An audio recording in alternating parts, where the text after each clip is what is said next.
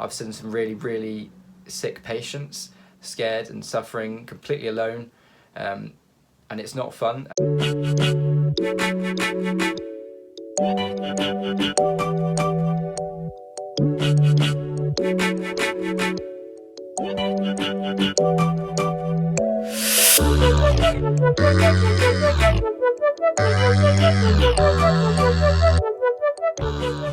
So I'm back with another Ask a Medic video. For those of you who don't know, Ask a Medic is a series that I started, and it gives you guys the opportunity to ask med students and doctors whatever you want about their experiences so far. Subscribe to my channel for lots more content. Today we got Jack. Jack has just finished his first year of medicine at the University of Birmingham, and he's also the project lead for media at Becoming a Doctor. For more information on Becoming a Doctor and what Jack does, be sure to follow him on his Instagram. I'll leave his name somewhere on the screen. And whilst you're at it, follow me on Instagram as well.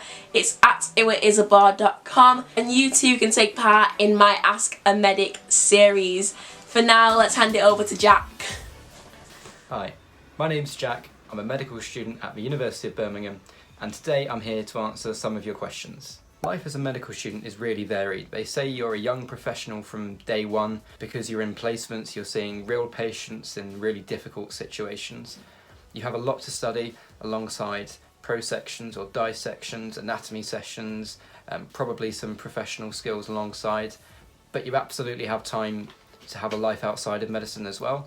And one of the biggest myths is that you spend all your time studying and don't have a life outside medicine, when in reality medics are probably the biggest partiers. So don't let that put you off medicine, because we absolutely do have a life. So the next question is asking what pre-reading you can do before medical school, I presume. I would say whatever you do, make sure you're interested in it and you enjoy it. Don't put yourself under any pressure before you even start medical school. There's no need to do pre-reading really, but if I was to advise anything, I would say to get familiar with some of the medical terms and terminology, especially with anatomy. It's not enough to say behind or in front anymore. You have to say posterior, anterior, laterally, medial. All of those kind of words can be a bit overwhelming to begin with. It feels like a new language. So if you could familiarise yourself with those, give you a head start, I think. What's more important, I think, is prepare yourself for university life in general, especially if you're moving away. What societies will you join? Can you cook anything? So definitely don't put yourself under any pressure to do any pre-reading, because it won't put you behind at all. So this one asks, I feel guilty when I'm taking a break or relaxing, and how can I deal with this? I think this is something a lot of students suffer with, particularly medics are guilty of it, just because of the volume of work and things we need to know. If you're someone who likes structure and a to-do list, then make taking a break, make relaxing part of your revision timetable, your schedule, because it really should be. You will head down a slippery slope towards burnout if you don't value and don't make that time to relax important, because it is. We're not revision machines. You need to make sure you're taking care of yourself, otherwise you'll find nothing going in and it becomes a vicious cycle. So definitely make time to relax and make time to unwind part of that revision schedule, because it is just important. So this question asks, what extracurricular activities do you do? Extracurriculars are really important. You need something else in your life, otherwise medicine can quite quickly consume it. I started medic football. I'm not really good, but I've made friends through it, and it's really good to keep fit. I also did some work with the Widening Access Society, and I go to some workshops by the Emergency Medicine Society, which are really cool. My advice is to try something new and go outside your comfort zone, which is really scary but well worth it. Often the medical societies have their own sports teams and their own type of societies that work around your timetable a bit better, so those sometimes can be good, but definitely try something new, and you can do as much as you want. You have got the time.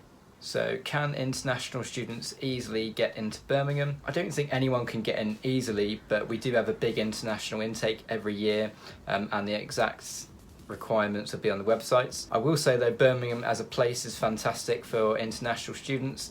There is a really diverse and inclusive community, and there are always dedicated events for the international students. If you're asking, how can I make my personal application as strong as possible, be realistic, reflect on your volunteering and work experience and how they made you feel about medicine, what makes a good doctor and why you have those qualities. And that interview, make sure you're authentic and not spouting out rehearsed answers, because the interviewers will see that, they're trained to see that, make sure what you're saying is real and true to you. And I've always said, if you truly want to be a doctor and you have the determination and genuine passion to do it, you will get there. It might take years and it might not be the route that you thought, but you will get there. So what's the interview process like at Birmingham?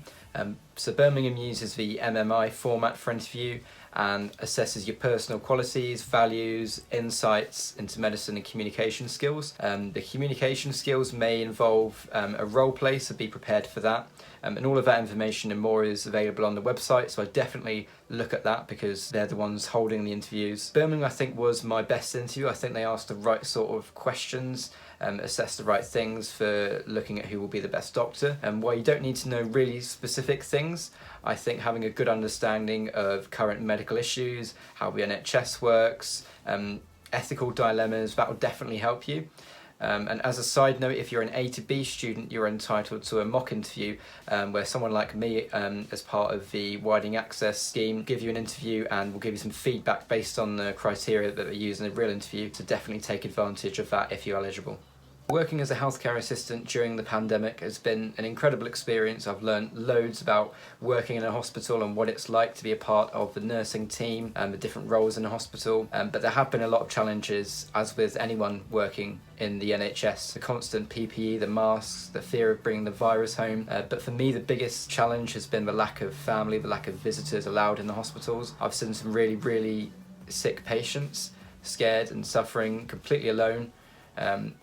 And it's not fun, and you have to be their temporary family alongside all of your clinical and caring duties. And as much as you want to be there constantly, you have other jobs that you need to get done, and you do feel stretched and slightly helpless sometimes. To leave a 13-hour shift and then see people flouting the rules and crowding pubs is quite possibly the most frustrating feeling ever. Even now, pubs and bars open every day, and I still have to tell the relative of a scared patient to get out and not to come back unless they're sick themselves. Obviously we don't say it like that, but essentially that's what we have to do. But away from the challenges, I would recommend that any medical student or applicant works as a carer of some sort for any amount of time, and it will double your respect for the nursing team, and you'll learn how to really care for patients and have the time to do that, which I don't think medical school gives you. So thank you, Jack, for answering everyone's questions. As always, I hope you guys found it useful and I hope you learned something new. Remember to follow Jack on Instagram to find out more about what he does. Follow me on Instagram, it's at uwaisibor.com_. To keep up to date with my posts and for lots of help with your application. What else do I have to say? Oh yeah, subscribe to my channel, turn on post notifications so you don't miss out on any more Ask a Medic videos. Like this video, check out my others and like them too. Thank you again for watching, and I'll see you in my next video.